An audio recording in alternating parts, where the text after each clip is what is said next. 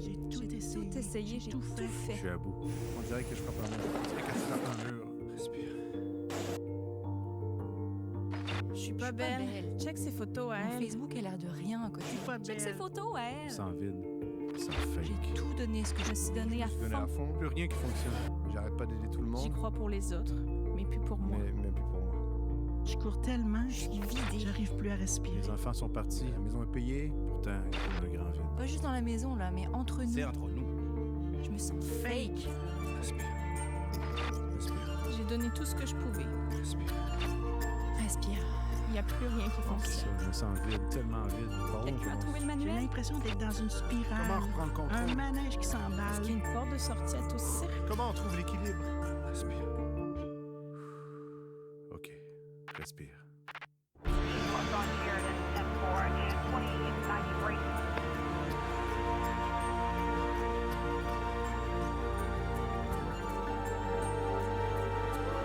J'ai tout fait.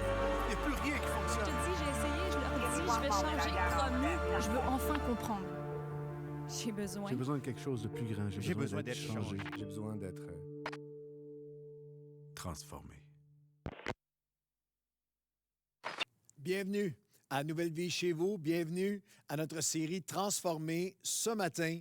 Transformée par l'appel de l'Esprit. Transformé par l'appel de l'Esprit, notre verset fondateur, notre pierre angulaire de toute cette série Transformée, Romains chapitre 12 et le verset 2, « Ne vous conformez pas au siècle présent, mais soyez transformés. » Pas conformés, mais transformés par le renouvellement de vos pensées, de votre intelligence, afin que vous puissiez discerner quelle est la volonté de Dieu, ce qui est bon, ce qui est agréable et ce qui est parfait. Nous ne pouvons pas discerner comment nous devons agir, comment on peut faire face, comment on peut composer avec les défis de la vie, avec cette pandémie qui se prolonge si nous ne sommes pas renouvelés dans nos pensées et si nous ne sommes pas continuellement, quotidiennement, honnêtement, sincèrement à la poursuite de dire « Seigneur, viens, je ne veux pas être conformé, je veux être transformé. » Peut-être un mot sur le dernier message que j'ai apporté dans cette série « Transformer,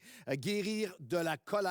J'ai reçu tellement de courriels de tous les âges, d'adolescents qui m'ont écrit, aller jusqu'à parents, grands-parents, leaders de mouvements, pasteurs qui m'ont écrit sur ce sujet. Alors, je veux simplement vous rappeler que dans les dernières 2 semaines, dans les cafés matinaux, vous dites c'est quoi les cafés matinaux? Les lundis, mercredis, vendredis, on est là dans un dévotionnel. Je vous apporte un dévotionnel, un café matinal. Et dans les dernières semaines, et dès demain, dès la prochaine semaine, nous regardons ensemble à comment guérir de la colère face aux autorités. Nous posons un regard chrétien biblique sur notre position, nos responsabilités, notre appel en tant que chrétien face à tout ce qui prend place avec les élections américaines, la division, la colère qui prend place. Alors, dans les cafés matinaux qui vont suivre, n'en manquez pas un. Les autres cafés, c'est guérir de la colère envers les autorités, oui, envers les autres, mais aussi guérir de la colère envers soi-même et guérir de la colère envers Dieu. Ça, c'est nos cafés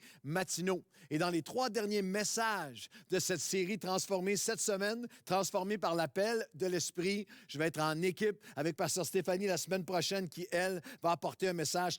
Dieu transforme les obstacles en opportunités. Et je vais apporter par la suite le dernier message de la série, va être la suite de ce matin, transformé par l'appel de l'Esprit. L'appel à un choix quotidien. Se conformer ou être transformé est un choix, des décisions au quotidien, un choix, une décision au quotidien. L'appel du siècle présent, est-ce que je vais répondre et être influencé par l'appel du siècle présent ou l'appel de l'Esprit? Ne soyez pas conformés au siècle présent, mais transformés par le renouvellement de vos pensées. Il y a un appel de l'Esprit de Dieu à chacun d'entre nous, à tous les jours de notre vie, l'appel du siècle présent qui nous bombarde, la cacophonie de voix. L'apôtre Paul a dit, il y a plusieurs voix dans ce monde et aucune d'entre elles n'est sans signification. Alors, il y a des voix qui nous appellent. Il y a un appel du siècle présent, nous appelle à la colère, nous appelle à cette dimension de frustration, de révolte, d'angoisse, de panique, d'anxiété, alors que l'Esprit de Dieu nous appelle à l'apaisement, nous appelle à la paix, nous appelle à aller chercher nos forces en lui, à honorer, à ses forces, sa capacité à changer nos pensées, nos cœurs, nos émotions. Le siècle présent nous appelle à diviser, à mépriser, à créer des clans et à rester à l'intérieur d'une autre, à juger, à nous isoler. Mais l'Esprit de Dieu nous appelle à chaque jour à honorer, à respecter, à être des agents d'unité dans nos milieux de travail, dans nos familles, à nos maisons, sur nos réseaux sociaux, dans nos sphères d'influence. L'Esprit de Dieu qui nous appelle à être des agents d'apaisement, de réconciliation. Heureux ceux qui amènent la paix. Le siècle présent qui nous appelle à l'égocentrisme. Moi, l'égoïsme, l'élévation du soi au détriment des autres. Mais l'Esprit de Dieu qui appelle chaque croyant nous appelle à l'écoute, à l'empathie, nous appelle à l'engagement social, spirituel, nous appelle au ensemble. Il y a un ensemble sans discrimination ni jugement, dans l'égalité et la justice, sans préjugés, qui est le rêve de Dieu. Le siècle présent nous appelle à la colère. Et l'Esprit de Dieu nous appelle au calme, nous appelle à la paix. Il n'y a aucun doute que le siècle présent nous appelle à la colère. Un article très intéressant au lendemain de l'élection américaine dans la presse plus de Paul Journet. La colère va rester. Je vais vous en lire un extrait, c'est il y a quelques jours. La colère n'a pas disparu aux États-Unis. Elle va rester. Elle brûle encore. Cette colère s'observe tant chez les démocrates que les républicains. Elle prend plusieurs formes. À défaut de trouver une meilleure cible, elles se retournent parfois les uns contre les autres. Dans les Federalist Papers, c'était les documents des pères fondateurs des États-Unis, Journet dit « Nous mettait déjà en garde contre les factions qui cherchent plus à vexer, oppresser les autres qu'à coopérer pour le bien commun. La colère se propageait toutefois moins vite à l'époque des parchemins. Aujourd'hui, les réseaux sociaux exacerbent le pire de la nature humaine. Nous sommes moins rationnels que nous aimerions le croire. Nous réfléchissons d'abord avec nos émotions, notre instinct, et commençant par la conclusion, puis en cherchant ensuite des raisons pour nous justifier à nos propres yeux ou ceux des autres. Journet poursuit. Facebook et Twitter en profitent. Ils incitent aux commentaires impulsifs, sans réflexion, courts, sans nuance. Et aussi au tribalisme, aux divisions, au mépris de l'autre, en enfermant les gens dans des bulles avec ceux qui pensent comme eux seulement. C'est un activant, un accélérant pour la colère. Une colère vécue seule derrière son écran et qui a besoin d'être déchargée. Saviez-vous que c'est assez hallucinant, que lorsque l'apôtre Paul va prophétiser les générations qui vont être présentes sur la terre lorsque ce que la Bible appelle les derniers jours, ou les temps de la fin des temps de la fin, en 2 Timothée, chapitre 2, l'apôtre Paul fait une description qui correspond de manière assez hallucinante avec ce qu'on voit sur les médias sociaux. Sache que dans des derniers jours, il va y avoir des temps difficiles. Les hommes vont être égoïstes, matérialistes, arrogants, amis de l'argent, mais ennemis de Dieu. Blasphémateurs, insensibles, cruels, calomniateurs, hors de contrôle, sans maîtrise d'eux-mêmes. Ils n'ont pas de limite, versons le message de 2 Timothée. Ennemis des gens qui font du bien et ils sont colériques, ils sont rebelles, ils sont sans loyauté. Paul dit que ça va être une marque des voies de l'appel sociétaire du siècle des temps de la fin. Certains diront, ouais, mais ça a toujours été comme ça. Il y a de plus en plus d'observateurs brillants, sociologues qui étudient ce qui prend place dans notre monde moderne, qui assignent à cette génération-ci, qui voient et observent dans cette génération-ci une marque particulière de colère. Il y a un auteur qui s'appelle Pankaj Mishra. Il a écrit un best-seller. C'est un best-seller en mai 2019 et depuis sa parution traduit dans plusieurs langues. Et ce best-seller a été nommé par le New York Times Best-Seller List comme un des ouvrages les plus significatifs de la dernière année. Et ça s'intitule « L'âge de la colère, une histoire du présent ». Où il fait, dans son essai, où il fait la démonstration d'une époque de colère présente, à cause des médias sociaux, sans précédent. Puis il donne 2 facteurs modernes qui contribuent à la particularité de notre époque face à la colère. L'appel de la colère, ce qu'il appelle l'individualisme et le mimétisme appropriatif.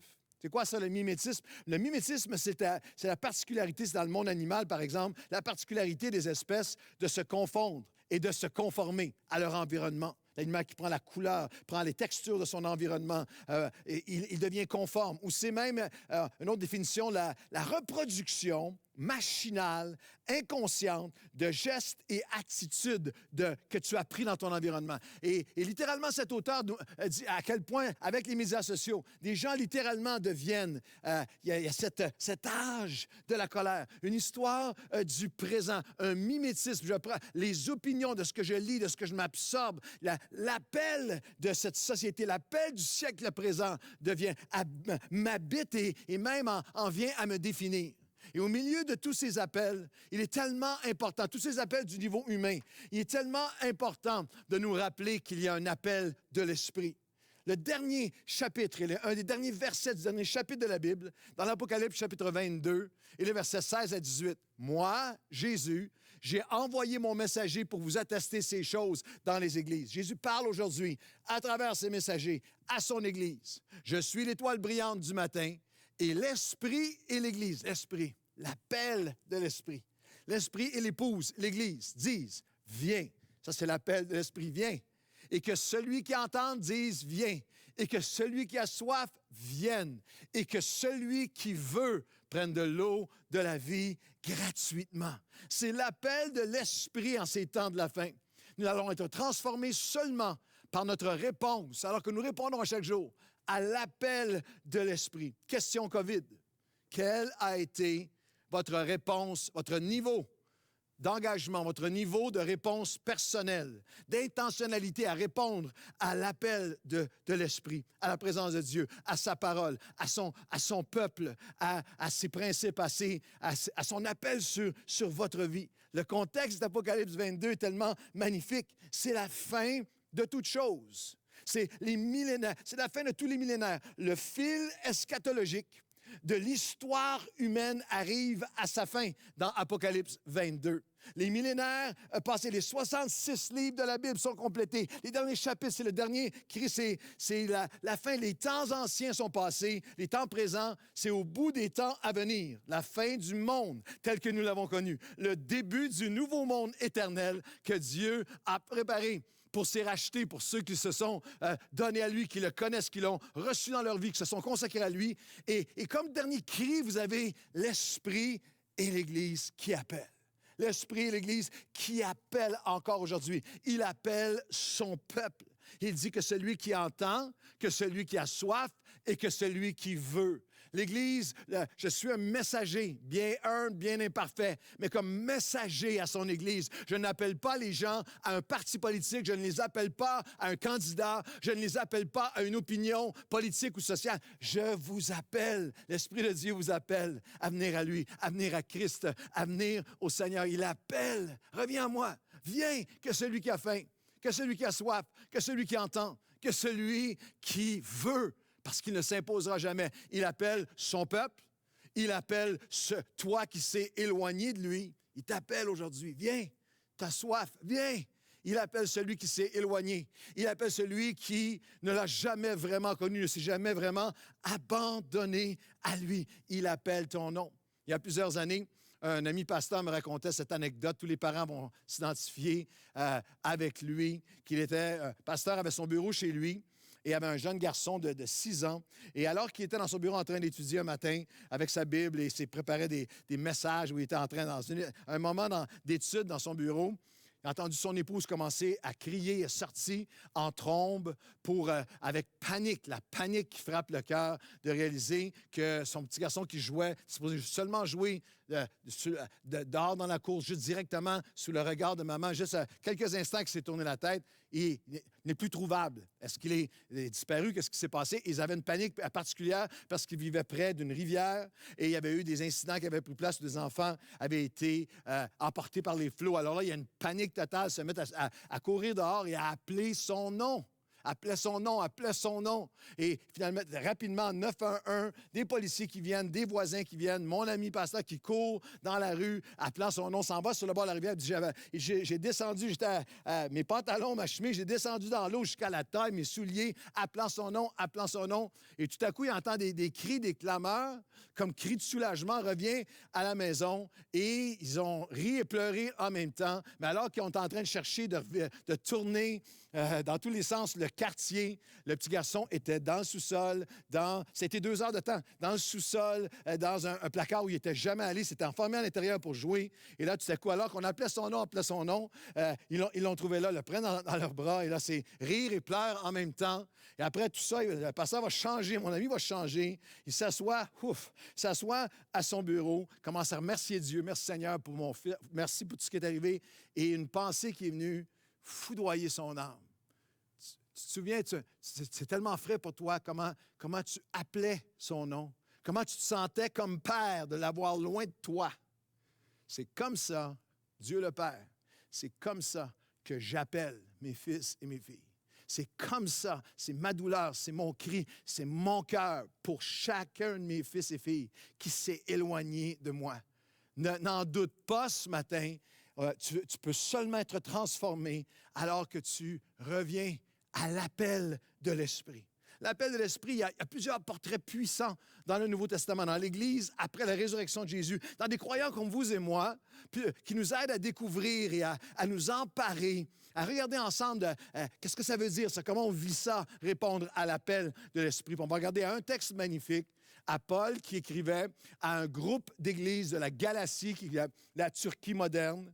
Et dans Galates chapitre 5, les 2 prochains messages vont être sur Galates chapitre 5, transformés par l'appel de l'Esprit, où l'apôtre Paul la décrit magnifiquement. C'est quoi se vivre sous l'appel de l'Esprit? La foi, l'espoir par l'Esprit, marcher selon l'Esprit, le fruit de l'Esprit, la vie de l'Esprit. Et nous allons, les 2 prochains, on va terminer la série avec ces 2 messages parce qu'ils peuvent avoir une grande incidence sur comment tu vas finir cette année de pandémie, comment tu vas entrer dans la prochaine année. Et la première caractéristique de cet appel de l'Esprit, c'est un appel à demeurer sous son inspiration. Demeurer sous l'inspiration de l'Esprit à chaque jour. Galates chapitre 5, on commence le chapitre, verset 1 et verset 5. C'est pour la liberté que Christ nous a affranchis. Demeurez, il faut demeurer sous son inspiration. Demeurez donc ferme et que vous ne vous laissez pas mettre de nouveau sous une captivité, un joug, une captivité de la servitude. Pour nous, c'est de la foi que nous attendons par l'Esprit. Par l'Esprit, par la communion avec l'Esprit. Par l'Esprit, l'espérance de la justice. C'est pour la liberté que Christ nous a affranchis, pour que nous soyons libres, que nous marchions libres de tous ces appels du siècle présent. Pas une liberté seulement après, lorsque je vais aller au ciel avec le Seigneur. Quelle horreur, quelle tragédie, quel vol de l'ennemi. De voir des croyants qui vont être libres pour l'éternité avec Jésus, mais vivent une vie captive, conforme au siècle présent. Dieu veut que nous soyons libres du siècle présent. À toi, qui es un observateur, ou toi qui s'est éloigné, ne crois jamais un instant le mensonge que la foi chrétienne ou la vie par l'Esprit de Dieu va te voler ta liberté. Oh non, il va te donner la capacité. Il va te donner le pouvoir, la capacité d'être réellement libre, d'être libéré de ce qui t'avilerait, t'abaisserait, te détruirait. Demeurez donc ferme. Ne vous laissez pas mettre à nouveau, sous le joug de la servitude passée.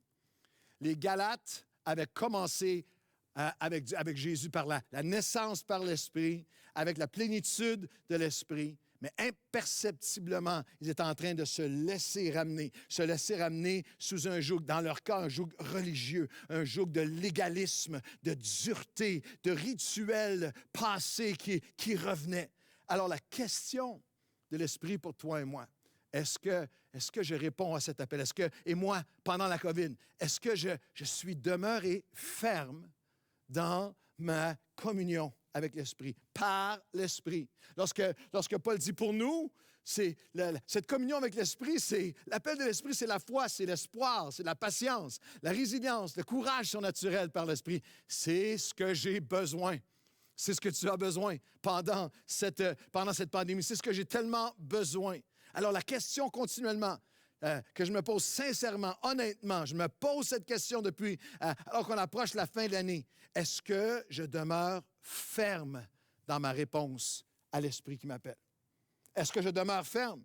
Est-ce que j'ai développé, fortifié? Il y a plusieurs d'entre nous, à mon sens, qu'on a développé, on a fortifié notre communion avec Dieu pendant cette pandémie. Est-ce que je demeure ferme dans ma communion par l'Esprit? Est-ce que je l'ai développé ou fortifié? Ou est-ce que j'ai dégradé? Est-ce que je l'ai délaissé? Est-ce que j'ai diminué, faibli dans ma réponse à l'appel de l'Esprit? Un appel à demeurer sous son inspiration. Et Paul pose une question. Il dit, vous courriez bien. Pour nous, Galates 5, les versets 5 à 7, la suite. Pour nous, c'est de la foi que nous attendions par l'Esprit, l'espérance de la justice. Car en Jésus-Christ, la foi est agissante par l'amour. Communion qui amène une foi qui est agissante. Ma foi est agissante et elle est activée dans l'amour. Et là, il déclare, il appelle, et je crois que c'est un appel prophétique pour toutes les époques, même pour toi et pour moi aujourd'hui. Vous courriez tellement bien. Qui vous a arrêté pour vous empêcher d'obéir à la vérité? J'ai été foudroyé depuis quelques semaines par cette pensée comme pasteur, comme berger. Je priais ce passage pour vous. Je priais ce passage pour nous. Je priais ce passage pour toi. Est-ce que depuis le début de cette pandémie, est-ce que tu es de ceux qui couraient bien? Je sais comme pasteur qu'il y a plusieurs d'entre vous qui couriez bien pour Dieu.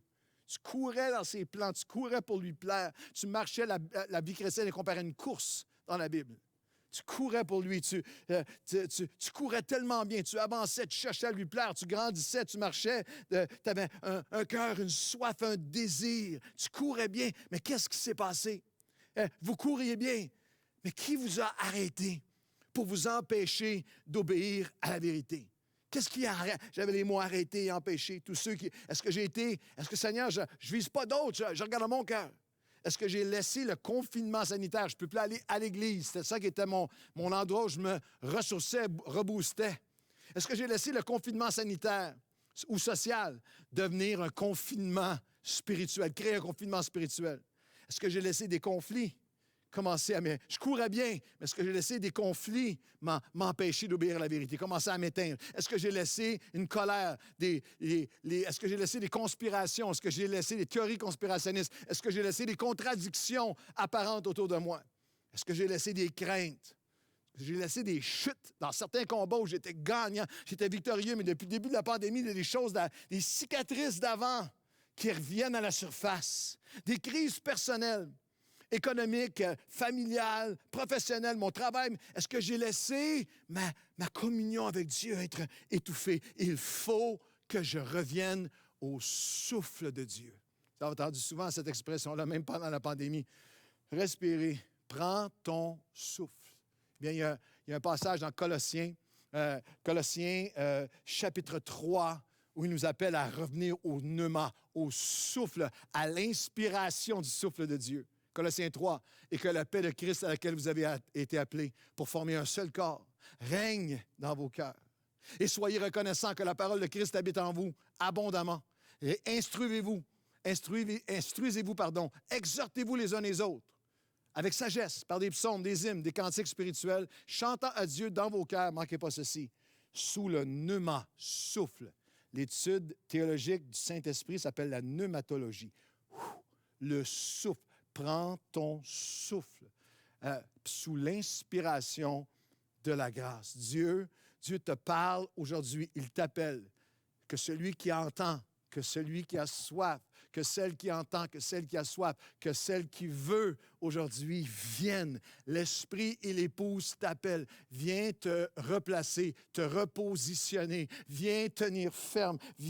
Reviens à l'inspiration, au souffle de la grâce. La route du retour à l'inspiration ici revient à sa parole, revient à son peuple, revient à sa présence, revient à ses principes, revient à sa puissance surnaturelle. Puis là, tu vas voir le résultat. Il parle d'un cœur la paix qui règne dans le cœur. la reconnaissance au lieu de l'ingratitude, la sagesse au lieu de toutes sortes d'émotions qui nous détruisent, la joie qui transcende les circonstances. Seigneur, aujourd'hui, pouvez-tu prier avec moi? Seigneur, aujourd'hui, j'entends. Seigneur, aujourd'hui, j'entends. Seigneur, aujourd'hui, j'ai soif. Seigneur, aujourd'hui, je veux boire aux sources de ta parole. Je veux revenir. Je veux que ton souffle, je veux prendre mon souffle en toi. Littéralement, la notion d'un appel à demeurer sous son inspiration. Et la deuxième dynamique, tout aussi importante, elles sont absolument essentielles l'une et l'autre. Transformé par l'appel de l'Esprit, c'est un appel à demeurer sous son inspiration et un appel à définir, déterminer, délimiter nos influences. Galates chapitre 5, versets 7 à 9. Il a dit, vous courriez bien. Qui vous a arrêté pour vous empêcher d'obéir à la vérité? Reviens au souffle, à l'inspiration. Reste ferme sous l'inspiration de la grâce. Mais voici comment. Cette influence ne vient pas de celui qui vous appelle. Un peu de levain fait lever toute la pâte. Paul enseigne ici un principe, une dynamique immuable, incontournable, inchangeable de la transformation pour ceux qui sont authentiques, pour ceux qui sont sincères, pour ceux qui sincèrement disent « Je veux honorer Dieu, je veux vivre la transformation, je ne veux pas être conformé au siècle présent. Je veux être transformé par l'Esprit de Dieu. Quel que soit ton âge ou ton niveau, ton nombre d'années de vie chrétienne, que ce principe s'imprime dans ton esprit, dans ton cœur, dans ton âme aujourd'hui, il faut discerner et prendre des décisions concernant nos influences pour demeurer dans l'inspiration. Je répète, il faut que tu prennes des décisions, il faut que tu délimites, il faut que tu décides, que tu discernes quelles sont tes influences si tu veux demeurer sous l'inspiration de Dieu et être transformé. George Barna fait des études depuis des années, études sociologiques en milieu chrétien. Il a publié un grand nombre d'ouvrages. 2019, la plus récente, complète étude qu'il a faite sur l'expérience de vie et habitudes des chrétiens à travers toute une panoplie de dénominations, groupements, mouvements d'églises différents. Plus de 10 000 chrétiens ont répondu à un sondage anonymement. Et il estime que le chrétien nord-américain ou américain moyen, et je sais que c'est très, très similaire ici, le chrétien américain moyen gaspille 4 à 6 heures par jour sur les plateformes vidéo et médias sociaux, 35 heures en moyenne par semaine et moins de 15 minutes par jour à sa vie personnelle, dévotionnelle, à sa communion, à l'inspiration de Dieu, à être influencé par Dieu. En fait, la majorité ont répondu, il y avait plus de 80 % qui ont répondu non à la question « Est-ce que vous passez au moins 15 minutes par jour en communion avec Dieu? » ont répondu non ou pas régulièrement, moins de 15 minutes par jour à se placer sous l'influence de Dieu, 35 heures par semaine à être sous l'influence des médias sociaux. Et l'apôtre Paul, lorsqu'il enseigne là-dessus, donne ce principe qui est trouvé dans toute la Bible. Cette influence ne vient pas de celui qui nous appelle. Un peu de levain fait lever toute la pâte. C'est une notion biblique, un enseignement biblique, que les choses qui nous semblent peu, les choses qui nous semblent petites, peuvent être d'immenses influences dans nos vies. La Bible enseigne, par exemple, dans l'Ecclésiaste, une petite brèche dans le mur et la vipère peut entrer et t'empoisonner, te mordre et t'empoisonner. Qu'un petit lionceau, ce que tu crois que tu peux jouer avec, tu peux le maîtriser, tu peux bien le contrôler, le garder à sa place sans grand heurt, va t'arracher les yeux. Qu'un petit renard, dit l'Ecclésiaste, vient voler le fruit de la vigne sans que tu t'en aperçoies. C'est l'image de quelqu'un qui regarde à son champ de vigne, il voit du feuillage, mais il ne réalise pas que des petits renards viennent en enlever tout le fruit. Est-ce que ta vie chrétienne n'est que feuillage ou est-ce qu'il y a un véritable fruit? La question va reposer sur quelles sont tes influences. L'appel de l'Esprit est un appel à demeurer sous son inspiration, mais aussi à discerner, à définir et aussi à délimiter, à prendre des décisions sur qu'est-ce qui va être mon influence, qu'est-ce qui va influencer mes pensées, mes mentalités, mes humeurs, mes opinions, mes paroles. Cette influence vient de celui, quelle phrase hallucinante, cette influence ne vient pas de celui qui vous appelle. Il y a des influences qui viennent de celui qui nous appelle. vers la paix, vers son pardon, vers sa grâce et vers son espoir. Puis il y a des influences qui ne viennent pas de son appel, ne viennent pas nourrir, au contraire, son appel. Récemment, un des documentaires les plus marquants de 2020, le documentaire sur Netflix, Derrière nos écrans de fumée, sur l'influence des médias sociaux.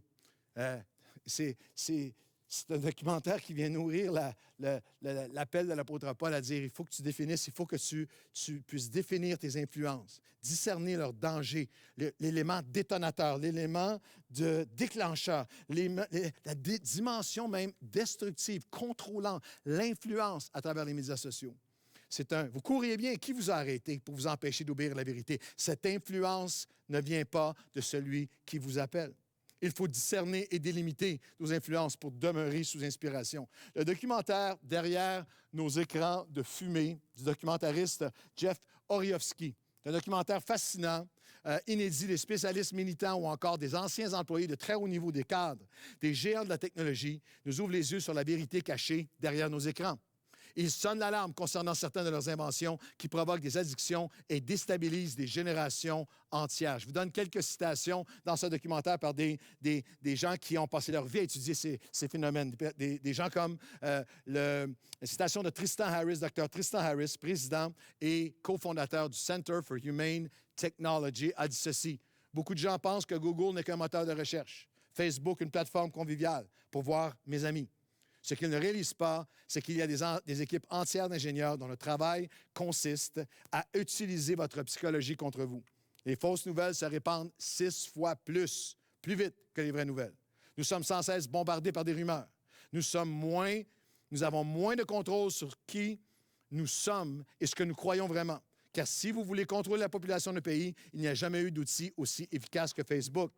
Harris continue. Si la technologie sert en fait à créer le chaos, plus de solitude, plus de division et une plus grande incapacité à se concentrer sur les vrais enjeux de la vie, alors nous sommes perdus.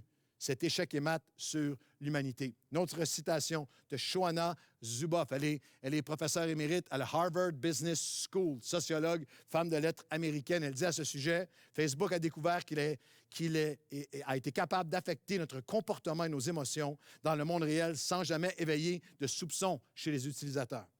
En fait, Facebook garde ses utilisateurs complètement dans l'ignorance. Une dernière citation de Shamat Palihapitiya a rejoint Facebook en 2007 en tant que vice-président en charge de la croissance des audiences. Imaginez lorsque votre responsabilité, c'est de faire croître les audiences de Facebook. Et lui a dit, nous avons créé un système où les gens sont récompensés par des boutons likes, des pouces en l'air, et nous avons fait passer cela comme des vraies valeurs. Après ça, on s'étonne que toute une génération soit plus anxieuse et souffre de dépression. Es-tu prêt à reconnaître honnêtement les influences sur ta vie? Le choix que tu fais des influences sur ta vie. Il y a 2000 ans, l'apôtre Paul donnait aux chrétiens un avertissement dans notre texte prophétique qui s'applique de façon hallucinante à notre décision aujourd'hui concernant les médias sociaux. Galates chapitre 5 et les versets 15 et 26, une description de ce qui se passe en ligne, même entre chrétiens.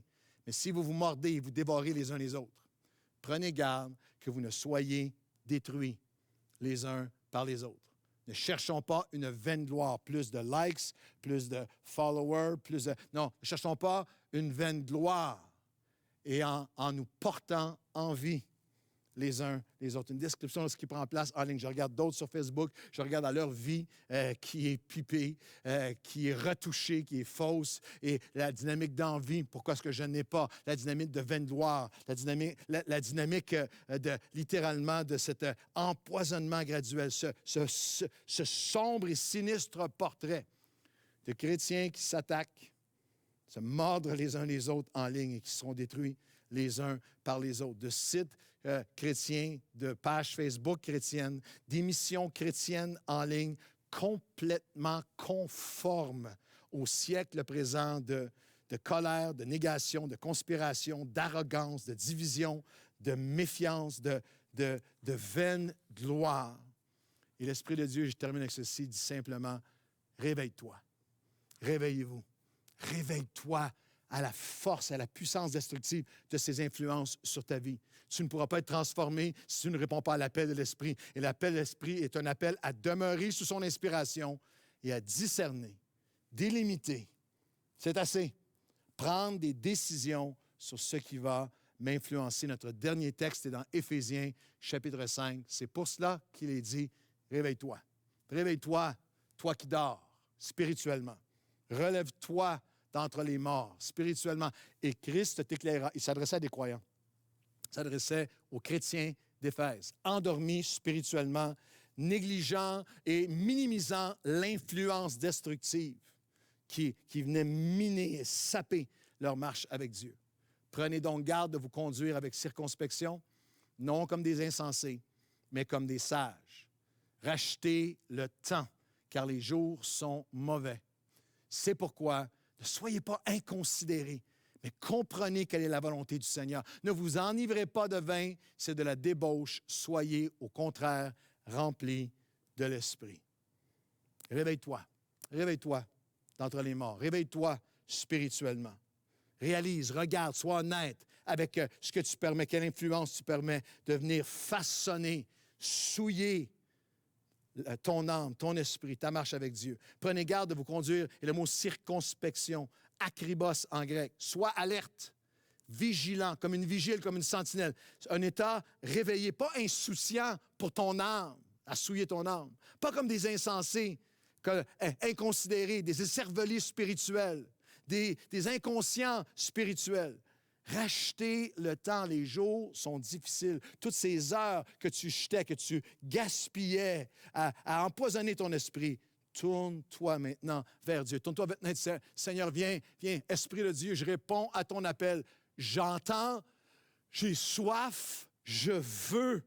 L'Esprit et l'Épouse qui nous appellent et nous répondons. Ne vous enivrez pas de vin, c'est de la débauche. Le mot débauche, c'est le mot asotia, qui veut dire gaspiller, dilapider, ruiner. Oui, il y a un avertissement sur l'enivrement de l'excès du vin qui gaspille, dilapide et ruine nos vies. Mais il y a aussi bien d'autres enivrements. Il y a bien d'autres gaspillages, enivrement de colère, d'immoralité, de mensonge, de rancune, d'arrogance, de baisser de plus en plus nos standards, nos convictions, jour après jour, à travers ces médias sociaux comme un égout qui se déverse sur nous.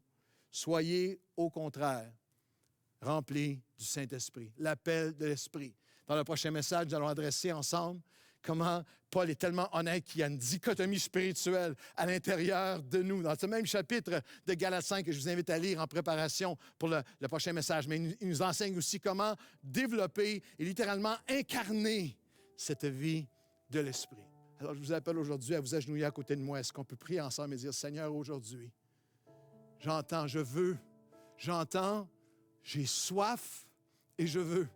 L'Esprit et l'Épouse m'appellent. Alors, Seigneur, je veux répondre à l'appel de ton Esprit. Si j'ai négligé l'appel de ton Esprit, si je n'ai pas été ferme à demeurer sous l'inspiration, je courais bien, mais je me suis arrêté. Aujourd'hui, je veux revenir à toi. Aujourd'hui, je veux prendre des décisions, discerner, reconnaître certaines de ces influences, que tout ce qu'ils font sont de m'isoler, de nourrir ma colère, ou même simplement de mettre mon cœur et mes pensées sur toutes sortes d'autres choses que toi.